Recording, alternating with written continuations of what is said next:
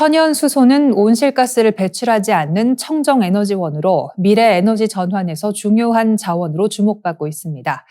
그러나 현재 수소 생산 방식의 대부분은 화석 연료를 기반으로 하고 있어 온실가스를 배출하고 있습니다. 이를 해결할 대안으로 천연 수소가 제시되고 있습니다. 미국 지질조사국은 천연 수소의 총 매장량을 10억에서 1경톤으로 추정했으며 가장 가능성이 높은 값은 5조 6천억 톤이라고 발표했습니다. 이는 회수 가능한 석유 매장량의 26배에 해당하는 규모입니다.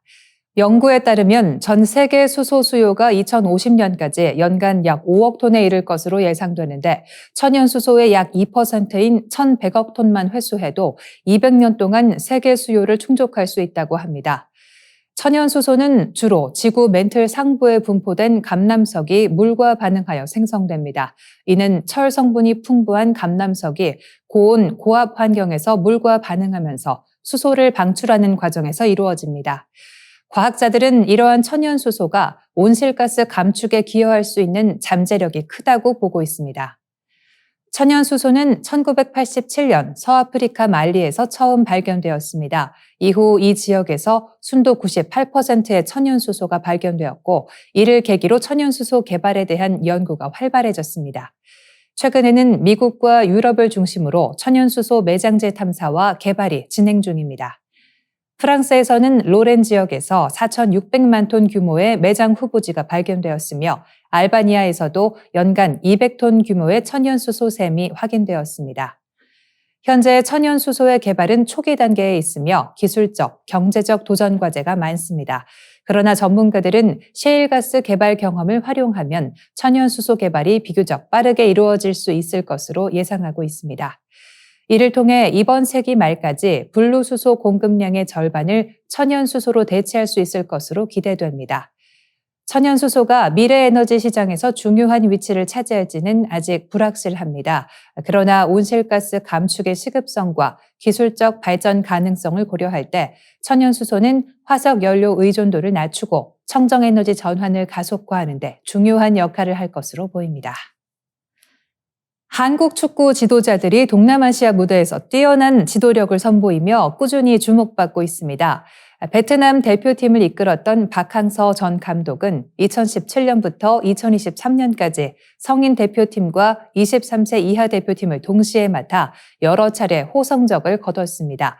그중에서도 2018년 AFC 23세 이하 챔피언십 준우승, 2018년 동남아시아 축구 선수권 대회 우승, 2022년 피파 월드컵 아시아 지역 최종 예선 진출 등은 베트남 축구의 위상을 크게 높였다는 평가를 받습니다. 김판곤 감독은 2022년부터 24년까지 말레이시아 대표팀을 지휘하며 2023년 AFC 아시안컵 본선 진출을 일궈냈습니다.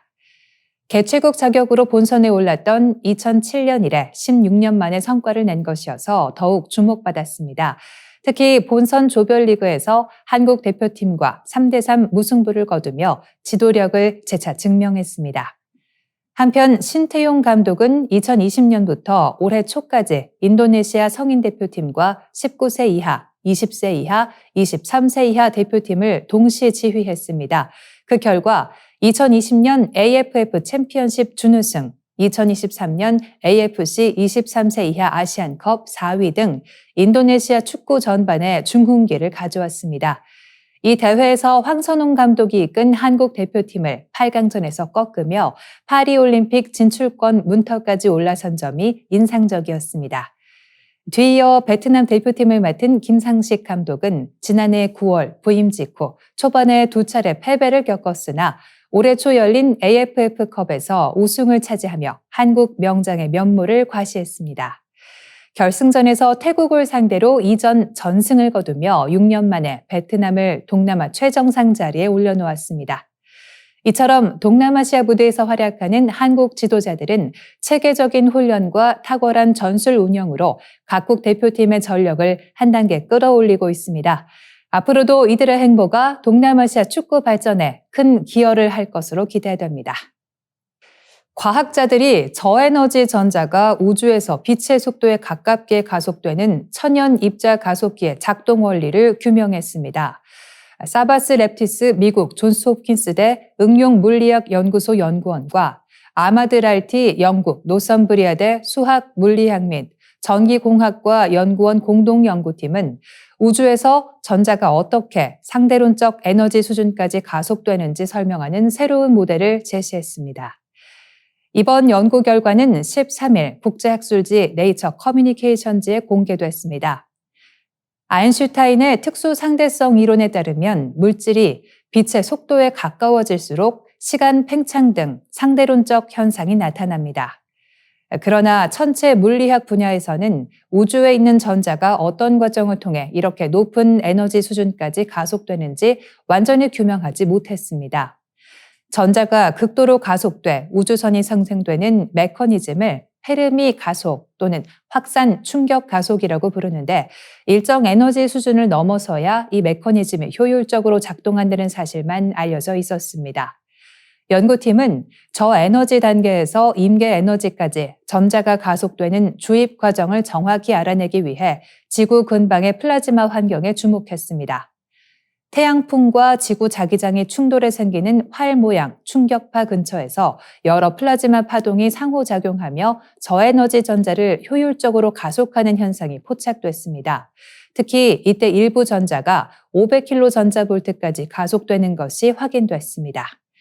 이는 지구의 입자가속기 환경에서 저에너지와 고에너지의 경계를 가르는 수치입니다. 연구팀은 이번 성과가 DSA 모델을 한층 개선해 우주 플라즈마의 작동 원리와 우주 에너지 전달 과정을 깊이 이해하는 데 도움이 될 것으로 기대했습니다. 이들은 기본적인 입자 가속 과정이 태양계뿐 아니라 다른 항성계나 초신성 잔해 등 우주 전역에서 일어날 것으로 예상된다고 밝혔습니다.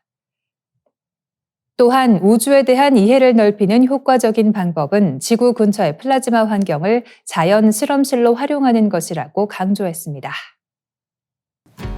더 많은 개벽 소식을 알고 싶다면 STV 상생방송 구독을 눌러주세요.